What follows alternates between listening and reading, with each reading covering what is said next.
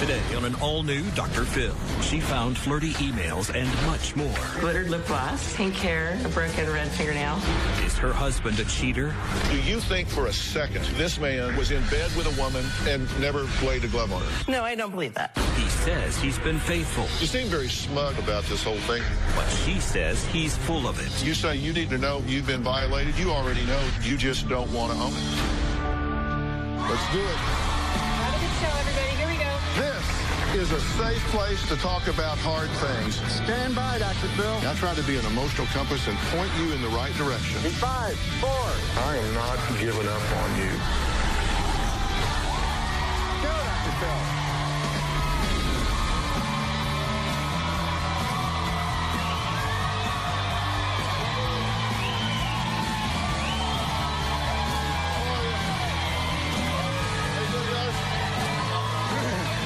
Thank you very much. Well, my guest today calls herself a detective. She spends a lot of time gathering evidence against her husband by looking for clues and taking photos of anything out of the ordinary. Here's a photo she took in her husband's car of a suspicious broken red fingernail. Here's another mysterious pink hair she claims she also found in his car. In this photo, she suspects it's a footprint on the back of the driver's seat, possibly from another woman. In fact, she's taken 72 photos of things that she finds questionable. She says her husband is a liar, and she's desperate to prove it. Ed and I have been married now for 20 years. Ed's told me he's thought about other women, sexted, chatted with different women throughout our marriage. I've never had sex with any of the women that I've communicated with or touched their bodies. Even though Ed's given me a list of women that he's cheated with, I've never been able to prove that Ed has physically cheated on me. I've taken pictures of his clothes, looked in his phone at messages, his work emails, and I have looked in his car. Sarah spends a lot of time looking for evidence of affairs. This is a photo of Ed's car with smeared glittered lip gloss, pink hair. I don't have pink hair. A broken red fingernail. I don't have fingernails. A footprint on the back of the seat, a footprint on the headrest, and if I had to guess, he was having sex in his car. I took 2 of Ed's laptop computers into a forensics computer store. I found out that Ed would send meeting invites to fellow coworkers and put secret messages within the invite. It was white text, and so you had to highlight the text and put a color to it so you could see it. These are pictures of Ed's shirts, and that is the back of the upper neck where it looks like more footprints here. I've given her every ounce of truth that I can many times over. She's still very much unsatisfied. I've tried as hard as possible to find evidence against Ed, and it doesn't matter. He always denies it. It just makes me feel like I'm going crazy. Well, Sarah says Ed's given her plenty of reasons to feel crazy. Ed's been lying to me the entire time I've known him, but I didn't find out that he was lying to me until 2003. I found an email that Ed had sent to another woman that said, if we're going to do this, we need to be careful. When I questioned Ed about the email, he said it was just a joke. Shortly after the email, Sarah had gone through my phone bill. She recognized that there was a phone number on there that was on there at all hours of the day and repeatedly. When I called the number, out of curiosity, a woman answered. He said it was a woman at work that he'd been talking to, and he knew it was inappropriate, and he'd stop. We did stop communicating, but I had a work relationship that required us to still have emails, and that conversation, unfortunately, became more and more friendly again, and within a few weeks, we were communicating inappropriately. This woman that Ed cheated with is a disgusting pig. She crashed our vacation in Disneyland. He stayed in the hotel room with her overnight, had phone sex with her, and swears he never touched her body parts anywhere or ever kissed her. We lied in bed together, talked intimately to one another. They just laid there looking into each other's eyes and talking. It's insane. It's not possible. The emotional affair lasted 2.5 years. 12 years later, I believe Ed's still in a relationship with this woman. Okay, let me start this out by asking you what you want the focus to be while you're here. He and I, what do we do? Is it savable? Is it not savable? Do I know everything? I don't feel like I do.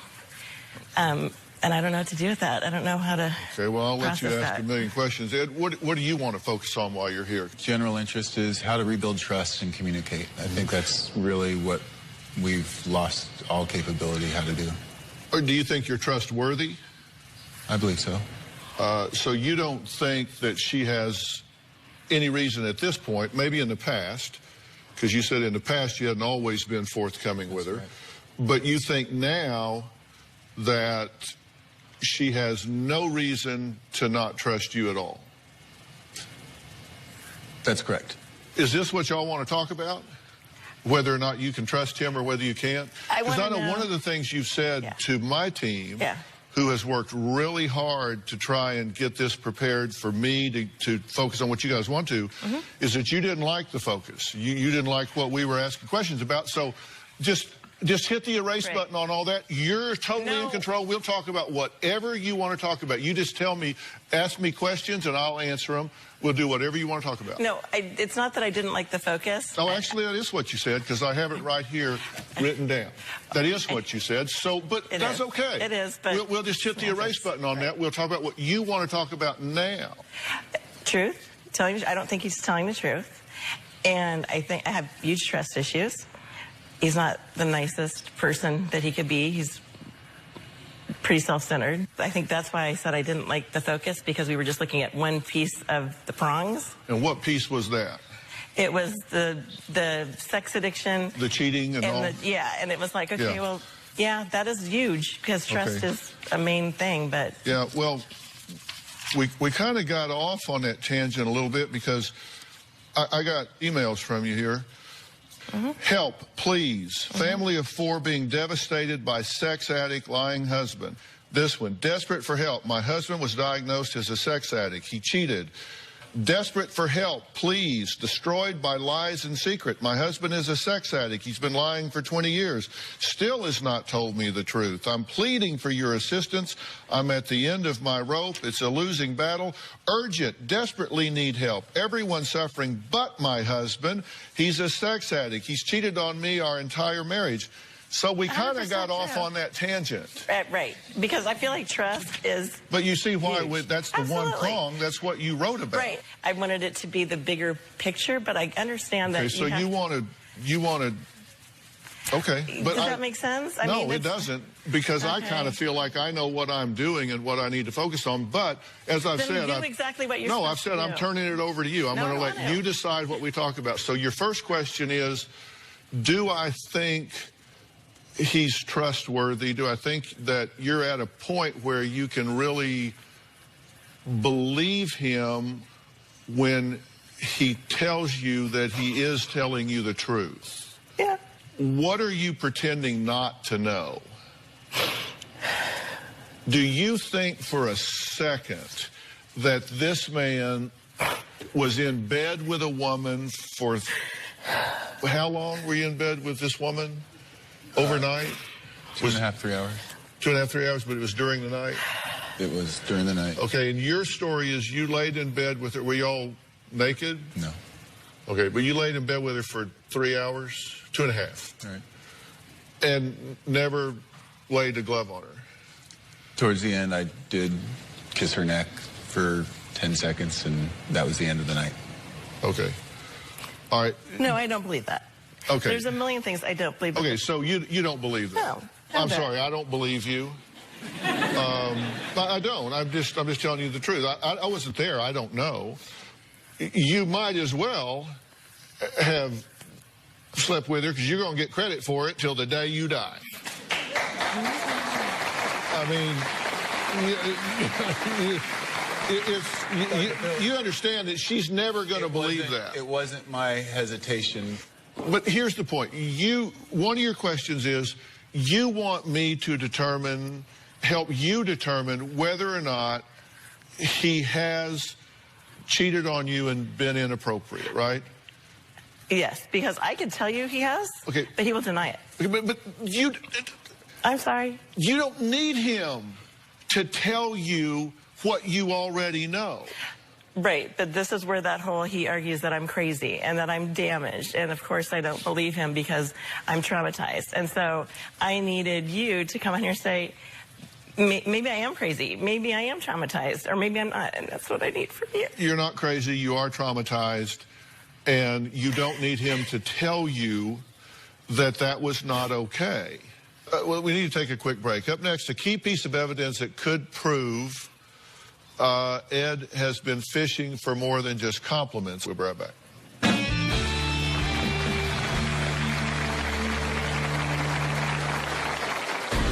This is an ad I came across in 2012 that I can identify the body almost exactly as Ed. There's only been one ad that I posted on Craigslist. I think I've seen about 10 ads on Craigslist that could be Ed. Tomorrow on Dr. Phil. She's 15 and out of control. My daughter is drinking and using drugs. Is that because stepdad, You've said you don't like her. dad, I've never seen her drink in my house. Didn't you give her a breathalyzer at his house? and mom She tried to bribe me. She said, what is it going to take for you to do the show? are so clueless? I can't blame him for not liking her. There just isn't time to tell you what's wrong with what you just said. That's tomorrow. Recently, I had a big client say that they didn't want to rehire me because I was still married to Ed. They felt like the drama distracted me from my work. My client didn't think I could work for her again until I divorced Ed. I'm extremely embarrassed that my marriage is such a disaster that I can't even keep a job. Sarah believes her husband of 20 years lies to her about a lot of things, but she's recently had trouble proving it. Has Ed stopped lying, or has he just learned how to be a better liar? That's one of her questions, which is a really good question. In 2012, Sarah says a family member brought something to her attention that, well, she just said she couldn't ignore it. I've never taken any pictures of myself and sent them to anybody or posted them on any websites. Ed has sent me pictures of himself naked, so when I do see ads that look like him, that are naked pictures, I can look at the ones I already have and identify them. There's only been one ad that I posted on Craigslist, and that was in 2008 or 2009. This is an ad I came across in 2012 that I can identify the body almost exactly as Ed. Typically, when Ed sends me a naked photo of himself, we'll put his hand on his stomach to hide moles. He will stand with his legs apart because he does have thicker upper thighs. And in this photo, that's exactly how this person is standing. I've certainly read, observed, seen it all, but that was the only ad that I've ever posted or replied to. I think I've seen about 10 ads on Craigslist that could be Ed.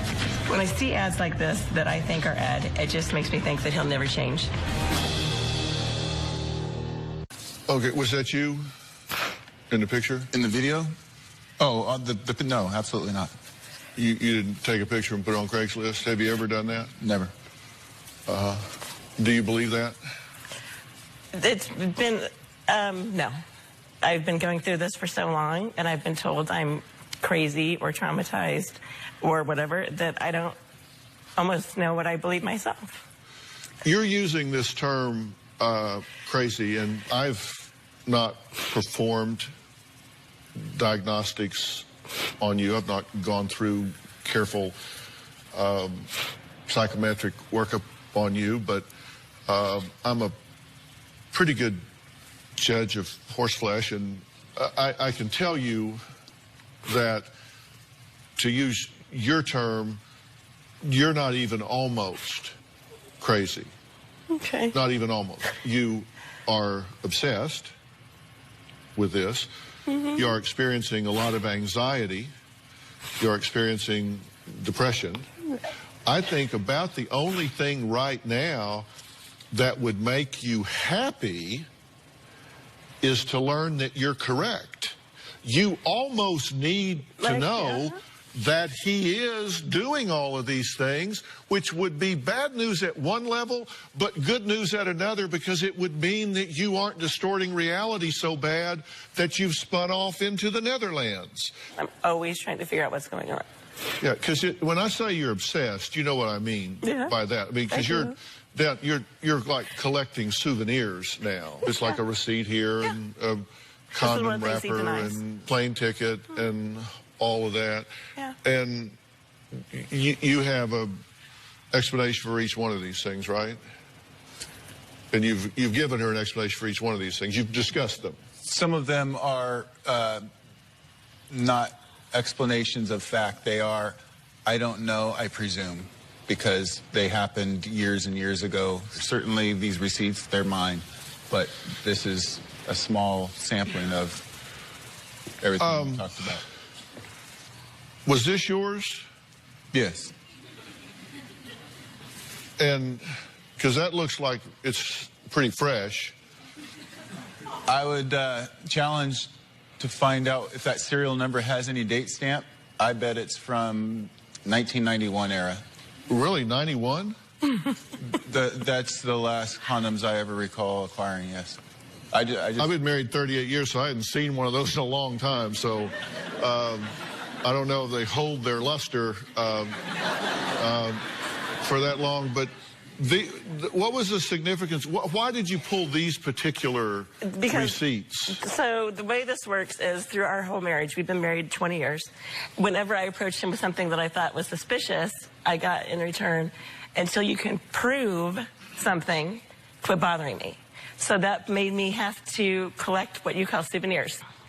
This is April of 06. So in 2012, when I knew I was going to confront him, I went through everything because I knew if I confronted him, anything that existed, he would throw away. So in a book in our nightstand I opened in 2012, and in the pages were all these receipts and that condom in one page. But do you really expect him to remember what he spent $9.90 that wasn't the question. Cents on in April of 06? That wasn't the question. The question was, why is there a condom wrapper in there? And that was just all together. So I just took a picture of all this stuff. I can't approach him without proof. So there's proof of something. What is it? What is that proof of in your mind? Well, we've been married 20 years. We don't use condoms. So there's a used condom. What's it from? Okay, but why do you need him to tell you? Because I don't want to feel like I jumped to a conclusion and we have 2 kids and we've been married 20 years. Okay, and I'm sorry. No. Is it okay if he was in bed in a hotel with this woman, whether he had sex or he didn't? No. No. What difference does it make what he said? We can't have a marriage with somebody who's not going to tell me the truth, the whole truth. Right. Okay. Right. Let's take a break. We've all heard about drug and gambling addictions, but what about sex addiction? Ed says he was diagnosed with it. Is this a real thing? We'll be right back.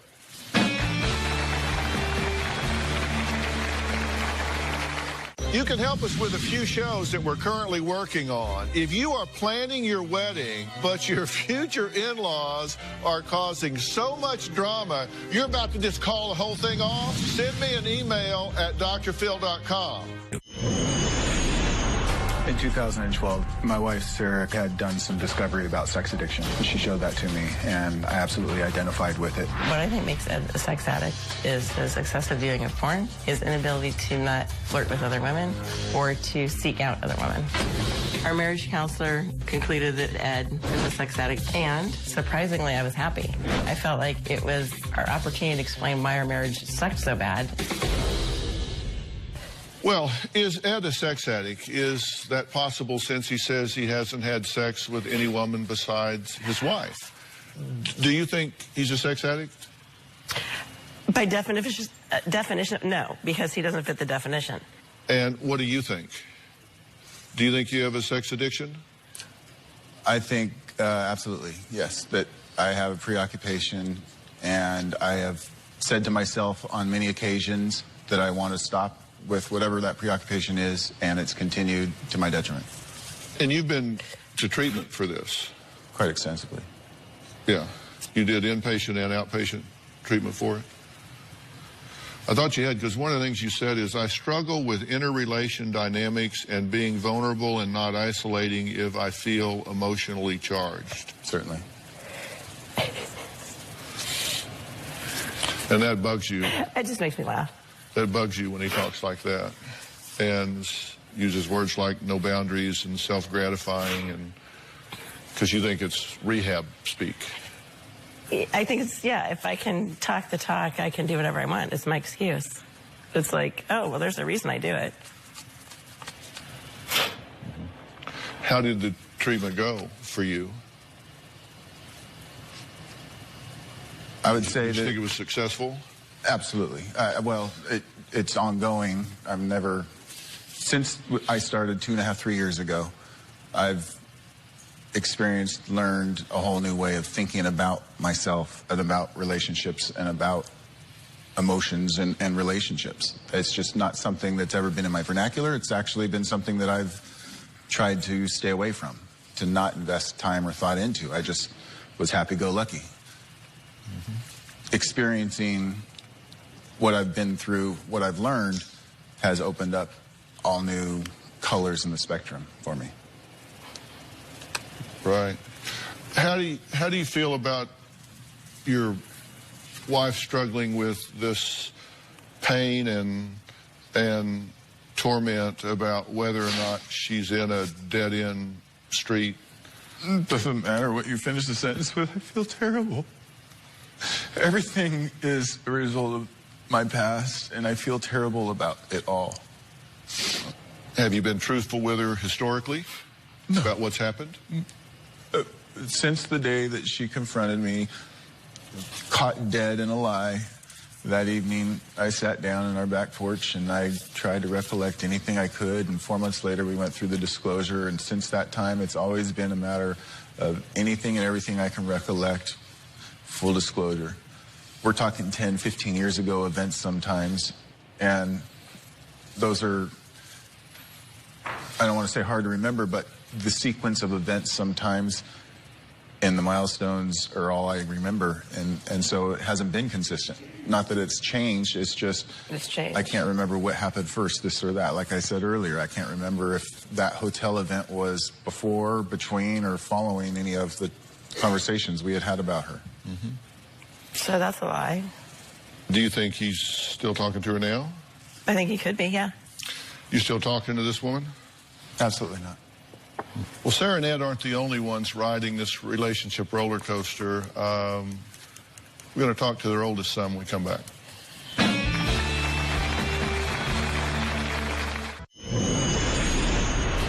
I filed for divorce from Ed in May of last year. I haven't gone through with the divorce because of our children, but both of my boys have been affected by my marriage to Ed. He's not a very good dad. When he isn't around, he ignores our children. I want Dr. Phil to get to the bottom of what is wrong at the core of our marriage, so my kids have a better future. Well, Sarah and Ed admit the dysfunction and distrust in their marriage has taken over their lives. I mean, it's really taken over their lives, personally, professionally. But they say they're most concerned, of course, about the effect on their children. Here's what their 18-year-old son, Randy, has to say. I was about 15 when I first started seeing my parents fighting. I don't accept that you leave the house and don't tell anybody. I don't accept that you don't think you need to call. It's not considerate. I can remember one specific instance where I left to go get food and came back, and my dad was gone, and his wedding ring was flushed down the toilet, and his phone was thrown in the pool. I was frustrated because there would be times where I'd be like upset, oh, my parents are getting a divorce, and then shortly after happy, saying, oh, they're going to work it out, and then a couple months later, we're going to get a divorce, and then being upset. It was just a big emotional roller coaster. What hurts me the most is that my parents are still together, and neither of them are happy. I wish my father had never cheated at all. Okay, Randy, I just wanted to give you an opportunity to say what you wanted to say here briefly, and then I'm going to excuse you and speak to your parents. But and I don't involve children, but you're now of age and a young man, and I wanted to hear from you and see what you had to say about this. This has affected the family, right? Yeah. This has affected home relations for a while. I've seen it for a while, the time that I've been home, when I am home. And if it could get resolved, that would be like what we would want to do. And you say you wish that your dad had never cheated. What makes you think he has? Just from what I've been told, like in the past. By my mom, when she talks to me about it and stuff like that. How does it come up where you talk to your son about that sort of thing? When we started doing the whole sex addiction, recovery type thing, I didn't, because he is older. They can't even match the music. They can't even rap, they're just back producing. Now they wanna crack the new shit. They just wanna act that I'm back the new kids.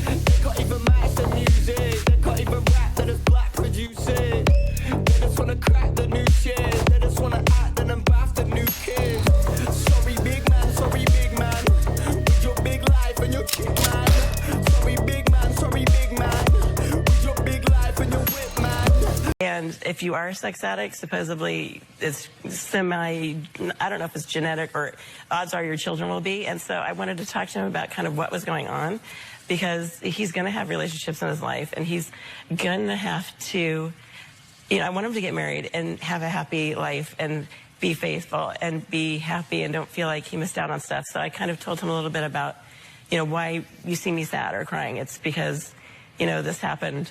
He doesn't know 1/10 of any of this. That's why I was a little concerned about that. But he does know about her because it went on for such a long period of time. It is such a big issue and all of this that he knows about her. And you get that this is between them. I mean, it does affect you. You're collateral to it, but you get this is between the two of them. Yeah. This is way above your pay grade. Yeah, if I'm getting paid. It doesn't have anything to do, these two can get along or not get along. It won't change how much your dad loves you, how much your mother loves you. It doesn't have anything to do with their relationships with you. It just has to do with how they negotiate and put together their definition of relationship between each other. Yeah. So what will it take for Sarah to believe Ed? Should she believe him? Should she trust him? I'm going to tell these guys what I think's going on, what I think needs to happen, and how I think they got in the situation they're in right after the break.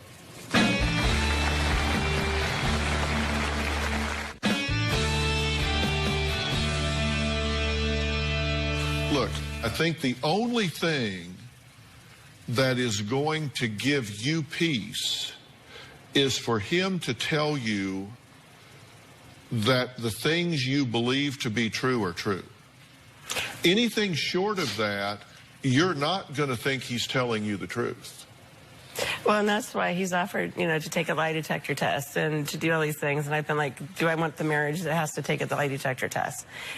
But you don't believe him. No. And there's nothing he can say. You say you want to take a polygraph. What would you ask? What would you want to ask him on a polygraph? Have you ever had sexual contact with another woman since we've been married? And if he fails that, then I'm confirmed that I'm not crazy and I can move on. Okay. But he won't take that polygraph. I'd absolutely take it, and you're absolutely wrong. But yeah, okay. So you have not had sexual contact with any woman other than your wife since the day you got married? 100% correct. Okay, there you go. Right. Do you think you have behaviors that are change-worthy? Certainly. Absolutely. Yeah, because you seem very smug and aloof about this whole thing, like you're just kind of tolerating the whole conversation. Because you don't seem very bought into her feelings about this at all. I'm absolutely bought in and invested. This has been 3 years of this. I understand what's going on, and I was just curious how you came to the interpretation that I'm being aloof. I haven't felt that I've been addressed very much. Floor's open.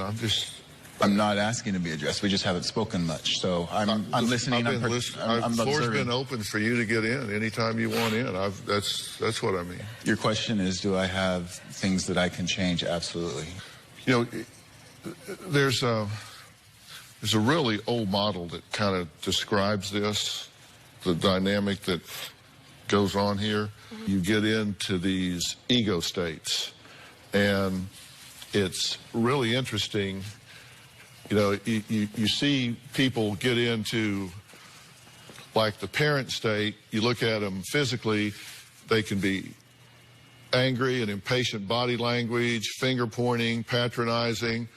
Then, like the child, for example, you get a lot of tantrums, whining, shrugging, teasing, and then you get into a relationship pattern. A healthy thing in a marriage is for people to engage adult to adult. And that's where everybody's on the same level and they're talking. And that's not what's happening here, because you're in a parent role here. You're holding him to account all the time. You're questioning him. You're tracking him as though he's a child. And so then he has almost no choice but to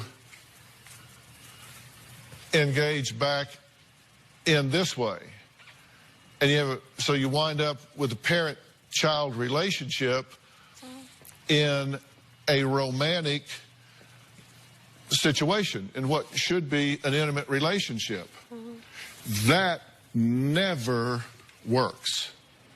You say you need information to know whether or not you've been violated. You already know you've been violated. You just don't want to own it. That's the piece that I'm stuck with, is why would I trust somebody who lies to me? Nobody would trust somebody who lies to you. You already know that he lies to you. Right.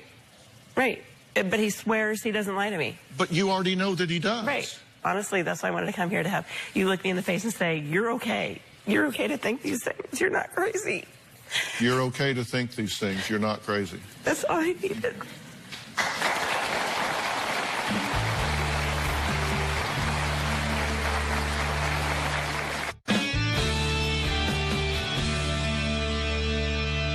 Listen, I'm all about reunification of family, but I can tell you, if she is going to forever not trust you, and you know in your heart that, look, I've screwed up in the past, but I'm not now. Right. If this is a life sentence, you ought to run. You ought to not walk. You ought to run. If it's a life sentence, if there's nothing you can ever do to vindicate yourself, then you ought to run. There's no certainty in life, right? I'm absolutely there. You say we got to break this cycle. I agree. Despite the parent-child relationship, there is a certain symbiotic need when you have that relationship. I can try and be the adult. We don't have a relationship then. I can't just leave my wife and family with the mess that I started. How about he's never tried to deal with my me. trust? Then if you it's need a life sentence, we can agree that, but I'm not leaving. I'm not going to walk away. Then you need to man up and plug in. Dude, I'm there. You need to man up and plug in. I asked you before to define what that meant, and I still don't know, because if I'm not doing it, I need to know. Drop all of the buzzwords and all of the rehab speak and look your wife in the eye and say, what can I do today to make your life better? I ran this off in the ditch. I'm going to do what it takes to get it back on the road. And if I have intimacy issues, if I'm scared, then that's what I mean, man up. I'm going to do whatever it takes to get real and be there with you, for you, by your side. 5 minutes ago, you told me to walk away from the life sentence. If this is a life sentence, if there is nothing you... Listen, she's told you it's not going to change for her. I told you I can't change the truth. Let me tell you, if there's nothing you can do, if she is never going to turn you loose, then you should walk away and both of you start over. You'll spend the rest of your life doing this? Absolutely not. You'll spend the rest of your life doing this? I don't spend another day doing this.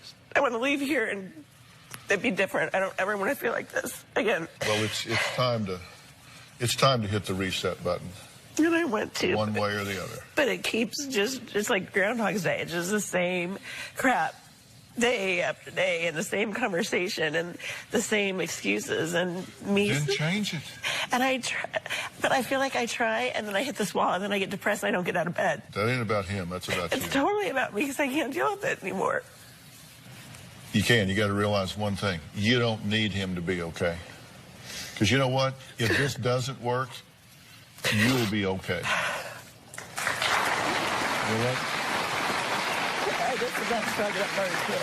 If you trust him and he jerks you around, you'll be okay.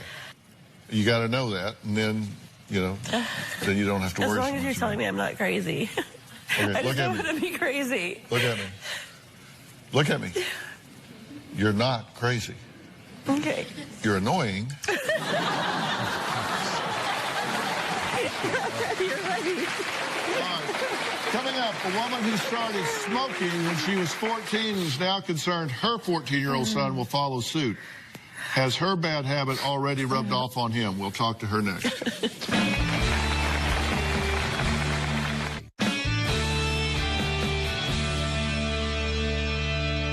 My next guest, Tracy, started smoking when she was just 14 years old. Now she's 43, has a 14-year-old son, and is worried the same smoking pattern will happen with him. Yet she still continues to smoke up to a pack a day. I've been smoking pretty much my whole life. I started when I was 14 years old when I hung out with a headbanger crowd, and I thought it was cool, and I looked older. They all smoked. So here we are. My son's 14, and he is in a band. I see myself in him, and it scares me. I do worry about him picking up a cigarette, smoking it one day. I have felt peer pressure to smoke. Smoking is a huge deal in the band scene, whether to just look cool or that your friends in the band are doing it too. If I wanted a cigarette, I could get it. After almost 30 years of smoking, now I'm desperately trying to quit.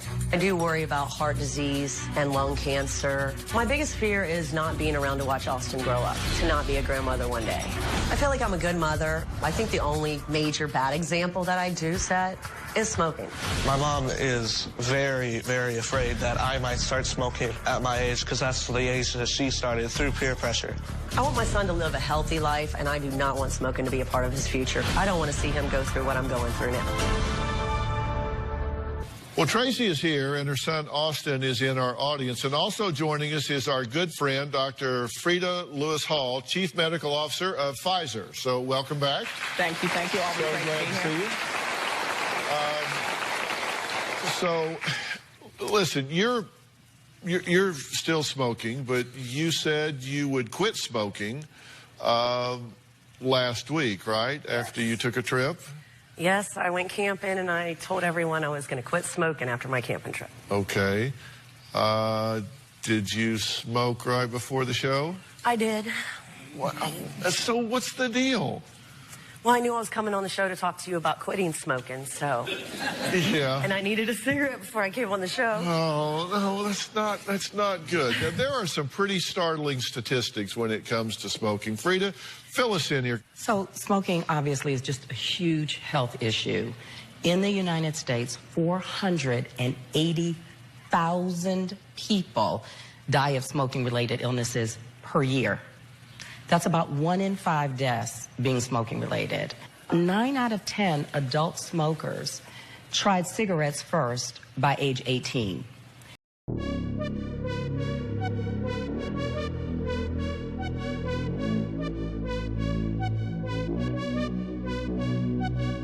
You look so international. Girl, what's your name? I have to know. Ain't no one else in your lane. Let's fill this car with gas and go. No hesitation, I'm on it. If that's the way that you want it, that's cool with me, so let's ride. Let's go somewhere that you lie. And to carry it further, roughly about a third of young people who start to smoke regularly before adulthood will eventually die from a smoking-related illness like lung cancer or heart disease. Now, you started at 14. Did you ever intend to become a regular smoker when you started? Not at all. When I started, I thought it was cool, and I looked grown up, and I got addicted to it. And so here's the thing. Teens don't start smoking saying, oh, wow, okay, I'm going all the way with it. No. They think that it can be casual. It looks cool. They're in. Their friends are doing it. So they smoke cigarettes or e-cigarettes. And they think, well, I can just quit whenever I want to. But here's some other startling statistics. Some research has shown us that within only days of starting casual smoking, teens can begin to show the signs of addiction. And further, some teens actually begin to show signs of dependence within 1 day of first inhaling. 1 day? 1 day. Oh, wow. Now, this is your son, right? Yes. Okay, have you smoked at all, Austin? No, I've been offered a cigarette before by my friends, but I've used my best judgment and said no. Okay, so, all right.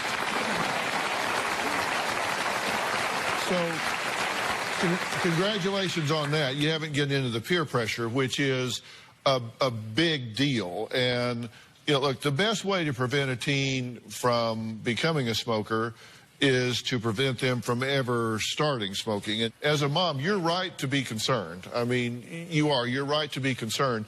You've seen firsthand the effects of having a parent who smokes combined with peer pressure and how it can influence a child in a negative way, because you have been there, right? Well, I want to share something personal with you. We have something in common in this situation. My mother was a lifelong smoker. She started when she was a teen. And she, like you, was determined that I would not smoke, and I did not. I do not. Like him. But she was so busy saving me that she did not save herself. Like me. Like you. My mother died the summer of my freshman year of medical school, suddenly of a stroke. And she had tried many times to quit, but it's hard. And so I would like to encourage you to keep trying to quit. It's not unusual, in fact, it's average that someone who successfully quits smoking takes 6 to 9 tries before they finally succeed. I always felt that my mother was 1 or 2 tries from quitting. So I would like to encourage you to see your doctor and a specialist who can work on putting a quit plan together that's right for you, something that you could work with. And we know you already have support. Yes. Someone who really wants this to happen and will work with you. And of course, there are resources that are available. You can get started with some of the ones that we have on gethealthystayhealthy.com. But I really want you to not have Austin be me later without his mom, doing all the things that you just said, no graduation from medical school, no marriage, no grandchildren, none of that. And you have a chance. Yes. Yeah, it's never too late. And knowing yourself, do you think you'll cave? Would you do better if you had professional help? Yes, for sure. Because if you need professional help, I will get you professional help if you will do this. Because let me tell you, that boy wants and deserves his mother to be in his life all the way. Okay? I'd like to thank all of my guests today, especially Dr. Frida Lewis Hall. For more information on today's show, you can visit drphil.com. We'll see you next time. Thanks so much. Thanks so much. Awesome. Good job, brother. Thanks.